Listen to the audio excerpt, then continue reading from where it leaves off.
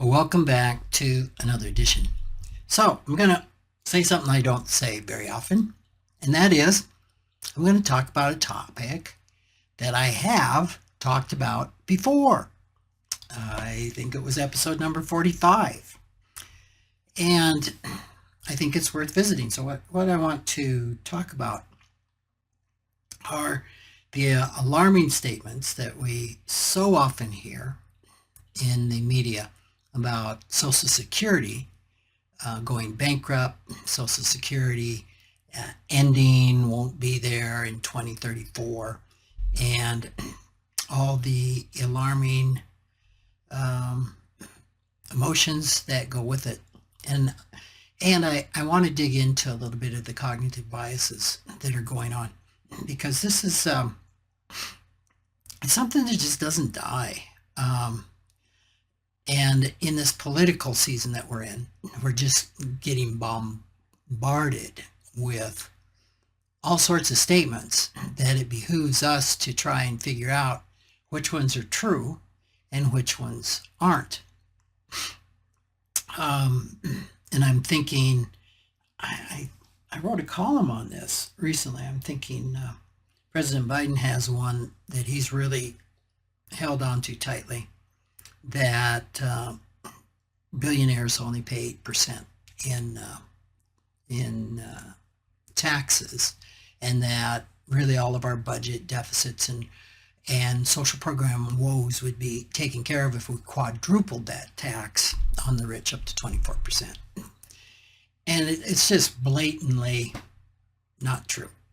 There is a teeny tiny grain in that, which is so complicated to unwind, of where some of that data came from, but it was used completely out of context.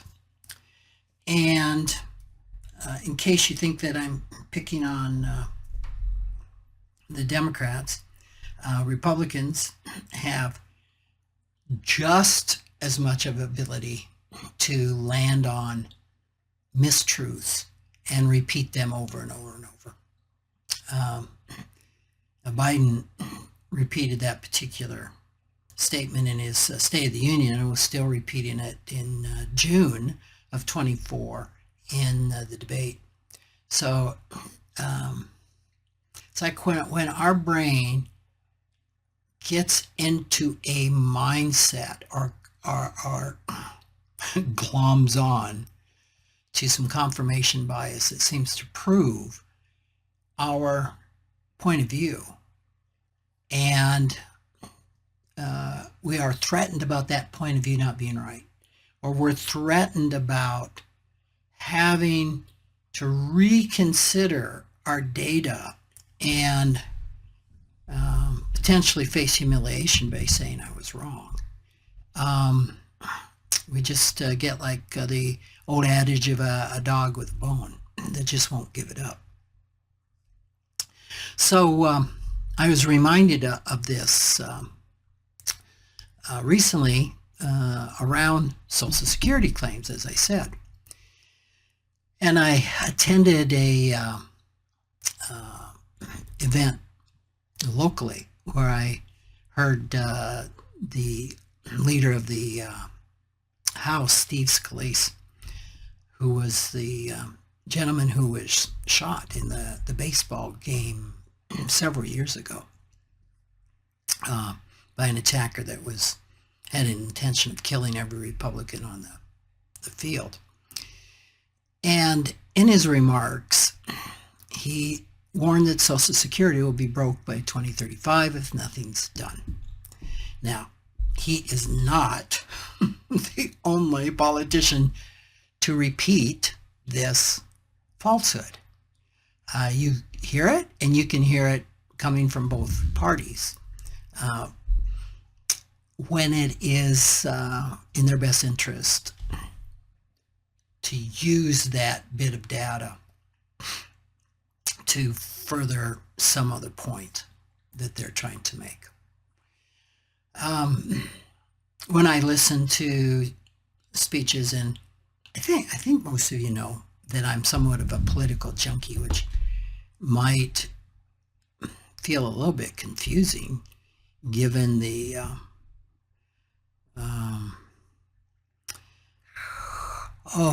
the need of anybody involved in financial therapy to drop their agenda and be a sounding board and be objective and be able to understand both points of view. It doesn't mean that a person becomes apolitical. And I think for me, what doing my own work, even my own financial work, and skills and training I've gotten has enabled me to better look at both sides of the question and to better question statements that are made. But I still find the political process engaging for me. So when I'm listening to this, sometimes I have no clue if that's a fact or not a fact. But there are times I have a clue. And that's when they wander off into something that has to do with finance, personal finance, economics, or something that I know something about. And then I have a real challenge because for those of you that follow the Enneagram and know that I'm an Enneagram personality type 1, I'm given to judgment. I am given to also the attitude that, well, I've got the facts and I'm right. And so for me to drop an agenda, and I've talked about this before, especially in working with a client, is almost a spiritual experience to really embody the fact that I don't have the answer. There's parts of me that are just absolutely convinced they have the answer and have been around long enough to find out the number of times we were convinced that we had the answer and we didn't. So that's humbling and helps them being the parts of myself, relax sometimes that, okay, we'll entertain the fact maybe we're wrong. So the Social Security issue is always problematic because if you say the Social Security fund is going broke by 2035, you are absolutely right. But that does not mean there will not be any funding for Social Security in 2035 because there is a tax. And if this little Al Gore called it a lockbox, this fund that is paying some of Social Security's benefits, which are over and above what the tax raises. So the tax raises about 83% of what's needed to fund Social Security. The mechanism that's funding the other 17% runs out in 2035. So you can make your case by just changing a few words and cause a lot of alarm. And even if you say the Social Security trust fund is going to run out by 2035, it'll be broke, it'll be busted. That's correct, but it does not mean, because you can extrapolate from that as a listener, that, oh, that means Social Security will be broke. And that's exactly the intention the speaker's trying to send, although then they can come back and say, yeah, but I would, no, I was talking about the fund. So this is all the doublespeak that we get in the manipulation that we are recipients of without really being alert, really being present, really being attentive, really being willing to question. So this, I also read this just recently in a Wall Street Journal article by Joe Pinkster. And it said Social Security fears spur these young workers to save more. And it just highlights fears and misconceptions surrounding Social Security. It also brings out the fact there was a 2023 Gallup survey showing that 47% of the U.S. non-retirees believe Social Security won't be able to pay them benefits when they retire. Okay? That's half of pre-retirees say it won't be there. It won't be able to pay. And there was a couple of people brought out in the article that where one gentleman by the name of Chris Loggy said it's like paying a very expensive toll on a bridge that's collapsing before I can cross. It's just not going to be there. There was another couple in the story. And I found this really, really amazing, that they were unable to find a financial advisor willing to model a retirement plan for them without Social Security. I'm like, what? Their names were Amanda and Andrew Mindel, I believe. And I was kind of blown away by that. I kind of got stuck right there. And so they decided, okay, we'll figure it out ourselves and we'll invest and as if there won't be Social Security, and if there will be Social Security, then we'll be surprised. Well, that's a pretty good attitude to take. Unfortunately, their investments included gold and cryptocurrency, which I wrote in my column that they probably are going to overfund. By assuming Social Security won't be there, they'll probably overfund their retirement. But if they're going to invest in gold and cryptocurrency, maybe that overfunding is good, because I don't think those are really great long-term retirement investments.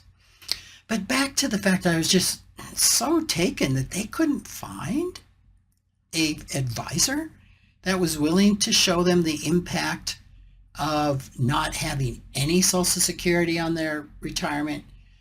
What would having 75% funding look like? You could even say 50%, 100%, just all the iterations of Social Security that might be there and how it would impact their plan. And then, really listening to them, helping them with this. I'm remembering I had a client once who, they actually came to me because one of the spouses just had high anxiety and was so fearful if her husband was to die, what she would do with this business.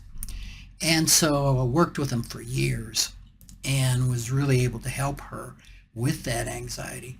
And I remember once she says, would you be willing to show us what would happen to us if his business sold for nothing? It's very similar to this situation. And the business at that time was worth $1 million. And I said, sure, let's do that.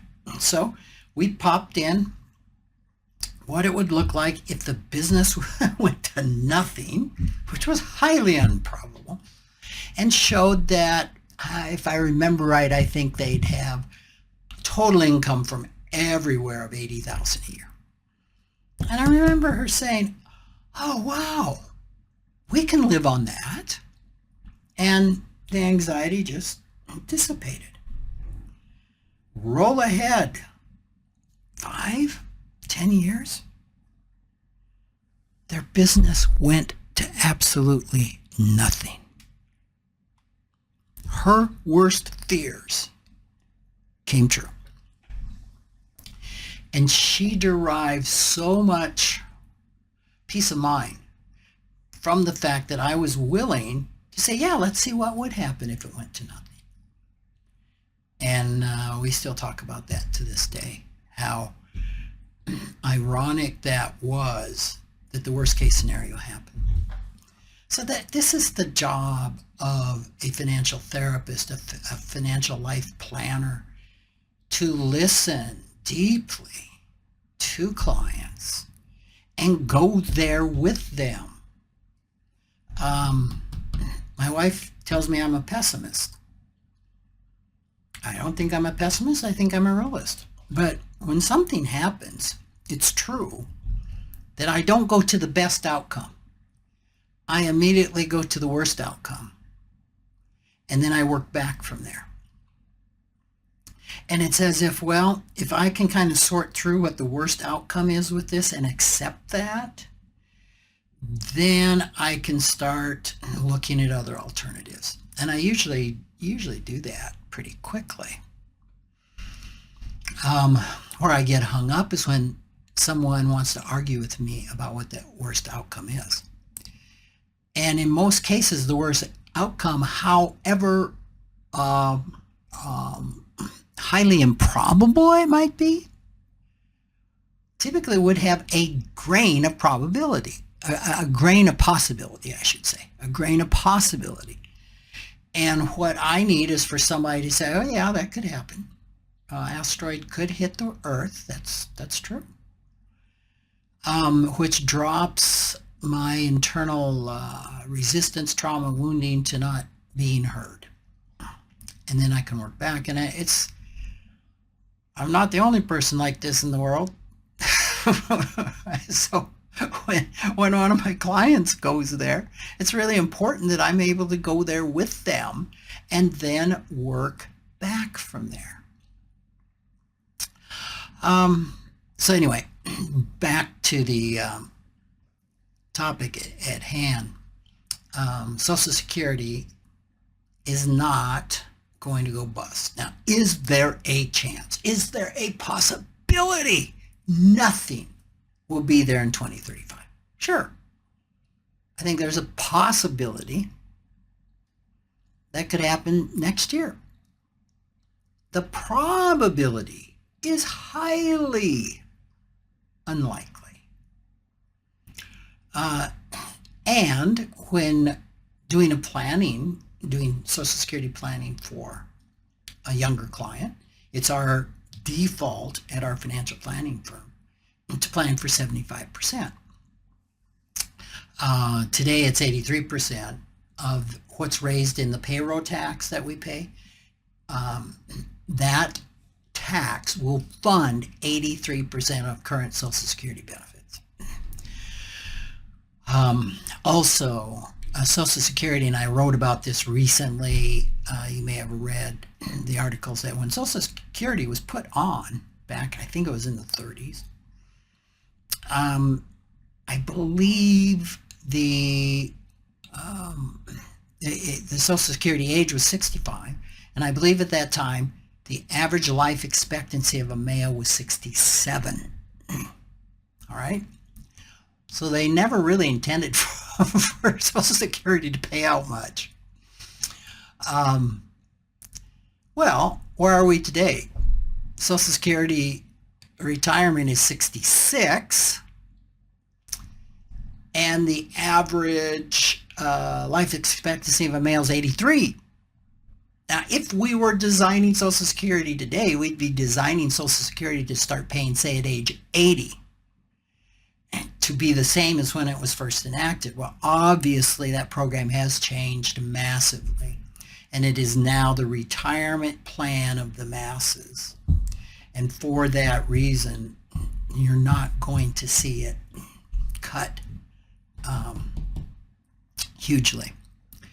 And I can hear some of you thinking, yeah, but what about the debt? We just won't be able to afford that. And I would point you to, I'm sure I've done a podcast on modern monetary theory and the fact that the U.S. can't go bankrupt. If we have a debt in dollars, we will always be able to manufacture or create the dollars to pay the debt. The big issue in that case is inflation. That's what we have to be concerned about. But I'm not going to get off into that. You can go take a listen to one of those podcasts if you want a little bit more. So there's plenty of things that can be done to, quote, fix Social Security. We can raise the Social Security payroll tax. We can raise the cap on the tax.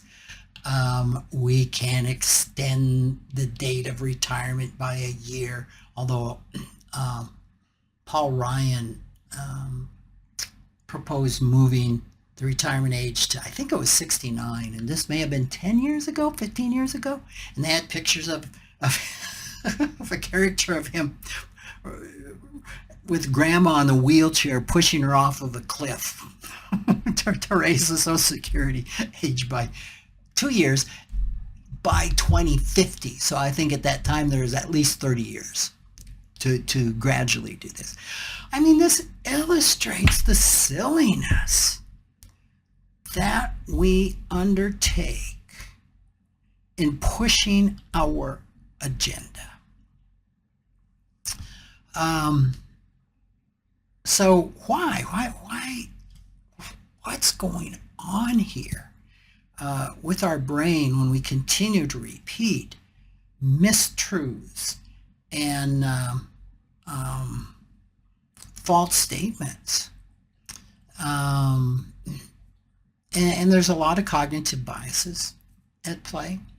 And I've been getting into these more and more in podcasts because I don't have space in the column to really get into the emotions that are going on. But we know the availability heuristic is that people tend to overestimate the likelihoods of events coming to mind. And again, this is due to the frequent repetition of the falsehood. I think the strategy is used in brainwashing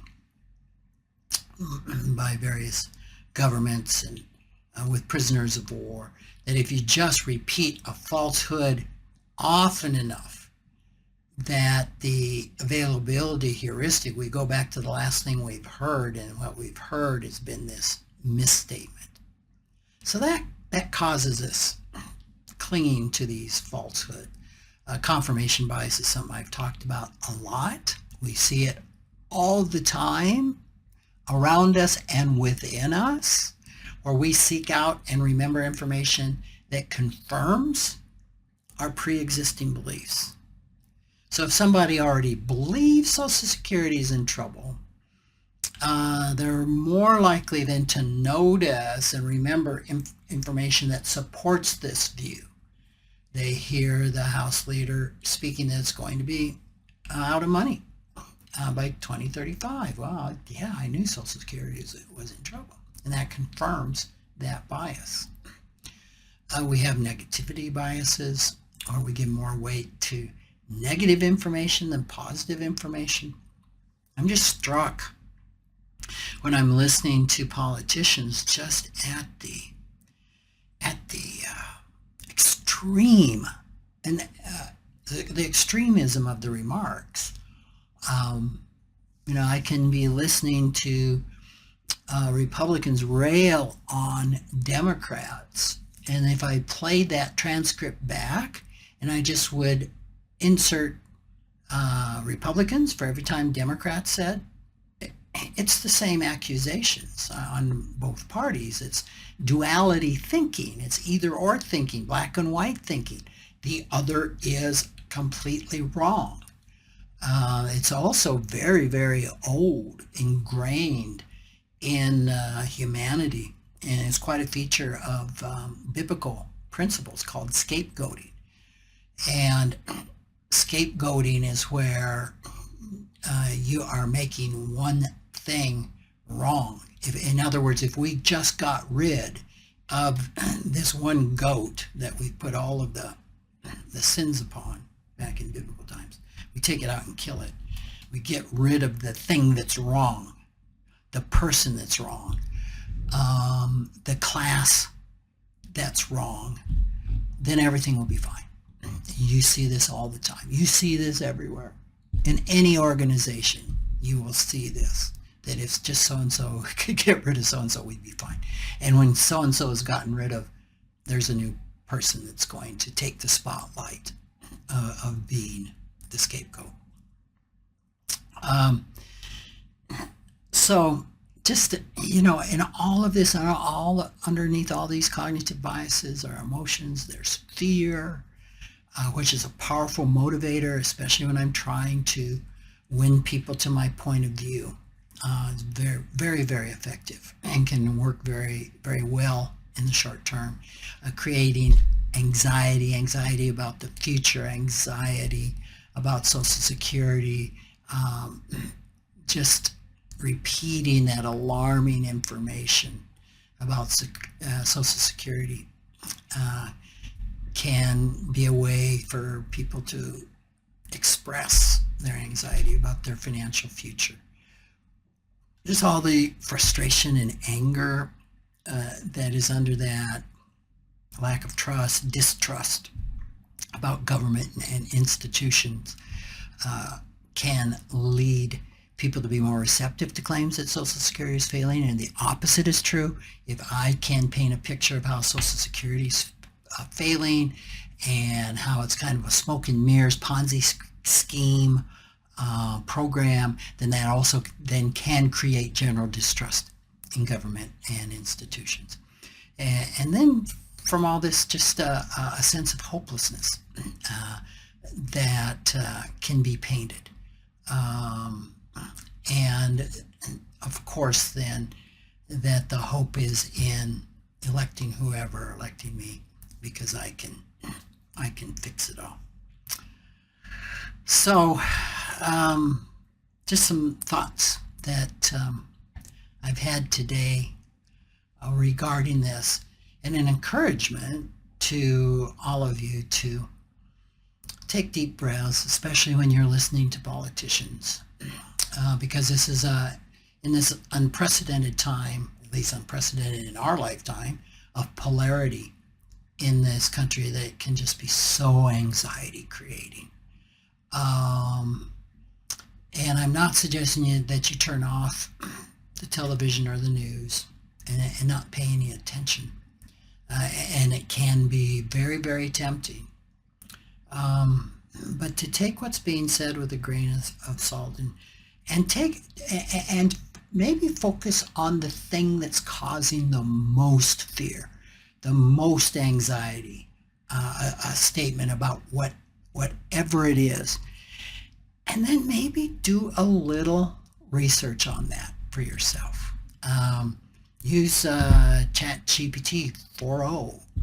It'll cost you a little bit, but I find it's really effective at if you just put in, I'm really concerned about,